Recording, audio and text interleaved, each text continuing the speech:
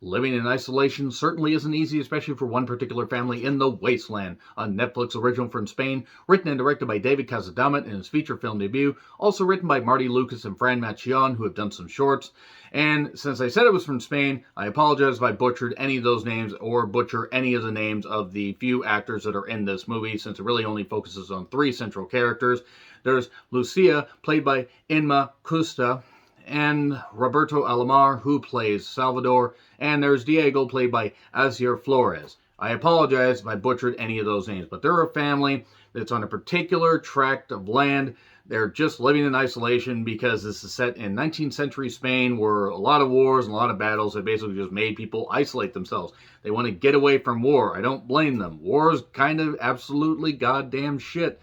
We just want to live in peace. I just want to be able to do our own shit. And since it's in the 19th century, obviously they have to make do with animals and, live off the land and do what they can. And Salvador is a bit of an older guy, and Lucia is his wife, who, by the way, beautiful. God damn, she is gorgeous. She is one of the bright spots of this movie, I will say that right there. The actress in particular. Very, very beautiful. But they have their young son, Diego, and the plot of this movie, such as it is, involves Salvador telling the story of a beast that terrorized his family to the point that something really, really terrible happened. It haunted his sister, and something very bad happened. And it's possible that if they go outside the particular perimeter that the father set up, they could be in a war-torn area, or the beast could come after them. So when it comes to movies like this, and you have a very small cast and a very isolated area, and you're just in one location, even if you can do some stuff around the house and maybe even in the field, when you have just a one location shoot and a small cast, you have to make it interesting. You have to really, really try to dive deep into these characters, and you have to make sure that you don't stretch a motherfucking concept out to the point where it feels like you're stretching taffy to the point it's going to break. You have to make sure you make things interesting, have a good backstory, and build it properly. There are times that this movie sort of does that, but this movie also never really gets out of second gear. Now, it's not bad by any stretch of the imagination. There's some good atmospheric, there are like some good atmospheric shots to it, and actually a little bit of dread, but unfortunately the movie doesn't really, get going. And even then, when it finally tries to do something, you're like, by this point, okay, I really don't care. Now, the acting isn't terrible. It's kind of basic. It's a basic story. Is this really a beast out there? Could they just be, terrorized by isolation? Could they be going nuts? What could actually be happening? Since this is focusing on just one family, and not two families like in The Wind, and The Wind actually was a much, much, much better movie than this. Also had a bit of a bigger budget. That's the thing about a movie like this, when you have a small budget, small cast, small location, or, one location, it's really, really difficult sometimes. Like, you really have to have some good ingenuity, and there were flashes of good stuff here. But unfortunately, the movie just kind of walks along. And then something happens, and it walks along, and then something happens.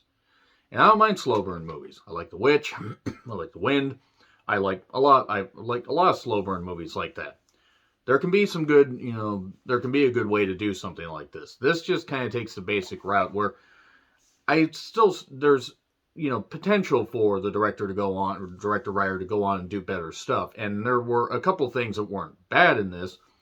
Lucia, obviously, it was just a mother trying to keep things together, and then one particular thing happens where, it really becomes about isolation, and oh my god, what the hell is going on? There was a bit of animal violence in this movie I could have done without, but I get the 19th century, they're trying to keep it accurate. I just don't like animal violence.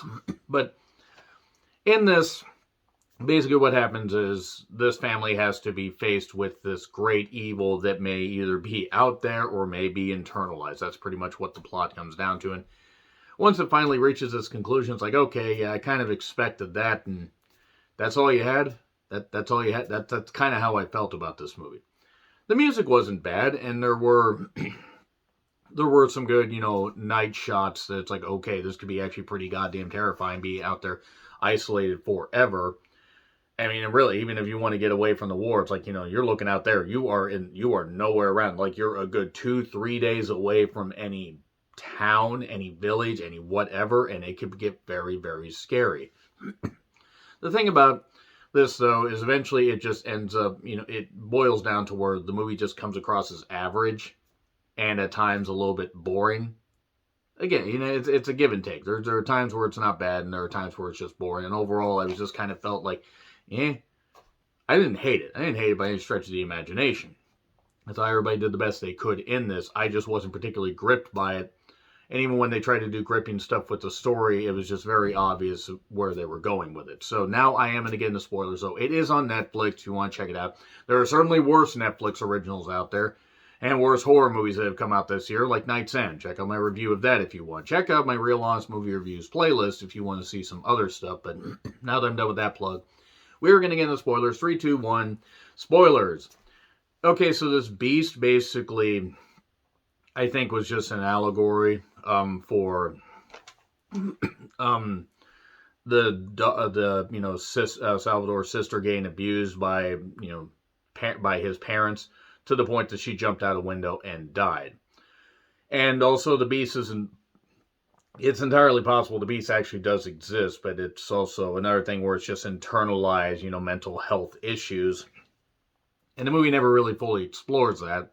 It tries to, but then again, it just keeps walking and walking. Yes, indeed, we're walking. So then Salvador and he's trying to teach Diego how to shoot and how to be a man and stuff like that. We see some animal violence, please no.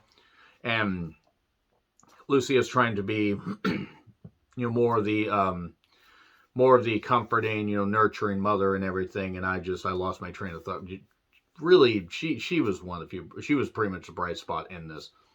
And then suddenly down this river, like near their house, this soldier is floating in this boat, and he's all bloody and everything. Well, what the hell was he? Why did he have a knife? What was he trying to fight off other soldiers? And he got in there. What was going on? Was there an actual creature? Did he just go insane? They go through his stuff. They find out he has family. Salvador takes his body because the guy ends up grabbing a gun at one point, even though you would have thought he would have been dead, and shoots himself in the goddamn head. And pretty good goddamn gore shot. Salvador decides to take his body back to find his family. Okay, noble. Except I don't think that there was an address on the back, so how the hell is he going to find them? But he vanishes and he's gone. He's gone. That's it. Eventually his horse shows up, but that's it. I mean, he's totally out of the goddamn picture. Lucia goes more nuts. Diego's trying to help her. They end up having to kill some rabbits. I've had pet rabbits. I would have never even thought of hitting my pet rabbit. But again, 19th century, I get it. Just didn't want to see it. But basically what it boils down to is Lucia goes more and more nuts. Diego has to try to save her. This creature may or may not be there. They have one bullet left. There's the one point that I just could not get past was using the double barrel gun and shooting. And look, those things have some distance. They don't have enough distance to cover as far as she was trying to fucking shoot. It was pretty fucking stupid. There's also these weird stick figures that are around the house. Because the kid had to have something to play with because they didn't really have toys. Because again, they're isolated and also 19th century. And they were living off the land.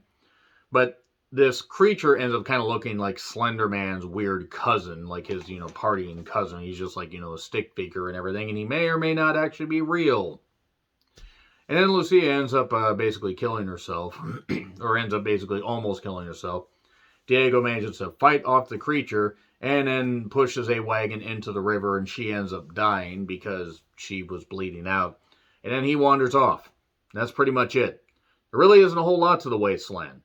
Now, I'm not saying that I expected a happy movie. I don't really care. I've seen plenty more movies that were depressing than this, but I was just like, oh, that's it.